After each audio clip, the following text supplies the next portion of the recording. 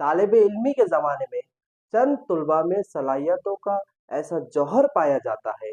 अगर हम इनकी सलाहियतों को थोड़ी हिम्मत, थोड़ा हौसला और इनकी थोड़ी सी रहबरी की जाए तो वो इन सलाहियतों में महारत हासिल कर सकते हैं। सवाल यह है कि इन तुलबा में छुपी हुई सलाहियतों को पहचानेगा कौन? मेरी नज़र में सबसे पहले जिस तबके का नाम आता है वो असातिज़ा है, क्योंकि उस्ताज ही वो शख्सियत है जो तालिब इल्म को करीब से देखता है, समझता है, परखता है। उस्ताज ही इसके मिजाज से भी वाकिफ होता है, इसकी सोच से भी वाकिफ होता है।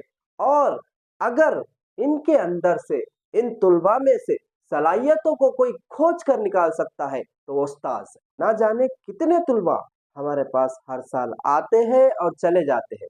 अगर हम थोड़ी सी तवज्जो दें, अगर हम थोड़ा सा गौर करें तो इन्हीं में से हमको कुछ तुलबा ऐसे मिलेंगे जो बेहतरीन लीडर बन सकते हैं।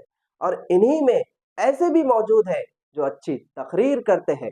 और इन्हीं में आपको ऐसे भी मिलेंगे जो गहरे कारोबारी जहन के मालिक होते हैं और कुछ तो ज़हीन और वसी नज़र रखते हैं। मगर अफसोस, हर साल ये सलाहियतें नशो नुमा पाने से पहले ही अंदर दम घुटकर मर जाती है। सवाल ये है कि क्यों? इसकी क्या वजह है?